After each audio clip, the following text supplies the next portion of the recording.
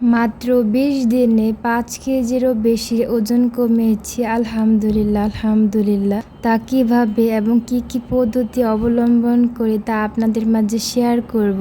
বেশি কথা না বলে চলুন শেয়ার করি। আসসালামু আলাইকুম, আশা করছি সকলেই ভালো আছেন। জেকে লাইফস্টাইল ফলো করে যা হচ্ছে প্রোটিন ডায়েট, শর্করা জাতীয় খাবার বাদ দিতে হবে। যেসব খাবারে শর্করা রয়েছে যেমন ভাত, রুটি, চিড়া, মুড়ি, পাউরুটি ইত্যাদি, যেসব খাবারে শর্করার পরিমাণ বেশি রয়েছে সেসব খাবার বাদ দিতে হবে। প্রোটিন যা আমিষ নামে পরিচিত সেসব খাবার বেশি গ্রহণ করতে হবে।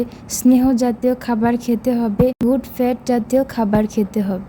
প্রথম 1 সপ্তাহ সকালে উঠে যতটুকু সম্ভব দেরিতে নাস্তা করবেন। নাস্তার পূর্বে সম্ভব হলে ব্যায়াম করে নেবেন এবং নাস্তার পূর্বে অ্যাপেল সিডার ভিনেগার খেতে হবে। তা দেখিয়ে দেওয়া হয়েছে ভিডিওতে। লেবুর রস মিক্স করতে হবে কিংবা আদার রস মিক্স করতে হবে, মিক্স করে পানি খেয়ে নিতে হবে। তারপর খাবার খেতে হবে। খাবারে থাকবে ডিম কিংবা সালাদ, মাছ জাতীয় খাবার, মাংস জাতীয় খাবার, সবজি জাতীয় খাবার। আপনারা যারা ভাত ছাড়া সবজি খেতে পারেন না তারা সালাদ বানিয়েও খেতে পারবেন সবজি।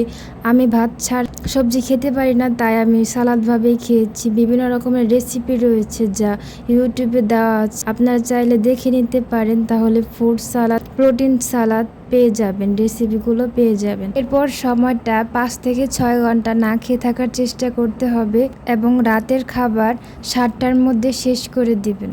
এই ডায়েটে পর্যাপ্ত পরিমাণের ঘুমেরও প্রয়োজন আছে। অবশ্যই পর্যাপ্ত পরিমাণে ঘুমাতে হবে। পরবর্তী সপ্তাহে খাবার আরও দেরিতে খাওয়ার চেষ্টা করবেন। যতক্ষণ পর্যন্ত আপনি চেষ্টা করবেন না খাওয়ার ততক্ষণ পর্যন্ত আপনি না খেয়ে থাকবেন এবং বেশি চাপ পড়লে খেতে তো হবেই, কারণ অতিরিক্ত প্রেশারও দেওয়া যাবে না।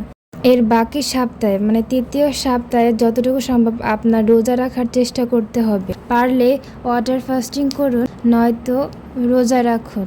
রোজা রাখা এই ডায়েটের মধ্যে খুবই কার্যকরী। এতে রোগ প্রতিরোধ ক্ষমতাও বৃদ্ধি পায়, পাশাপাশি ওজন তো কমবেই, আপনার ডায়াবেটিসও নিয়ন্ত্রণ হবে।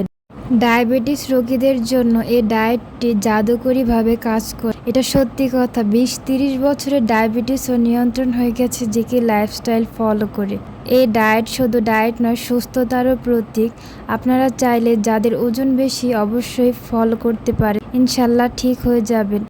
এবং প্রধান একটি বিষয় হচ্ছে খাবার প্রস্তুত করার ক্ষেত্রে ঘি, অলিভ অয়েল, বাটার ইউজ করতে হবে। সরিষার তেলও ব্যবহার করতে পারেন, সয়াবিন তেল ব্যবহার করা যাবে না।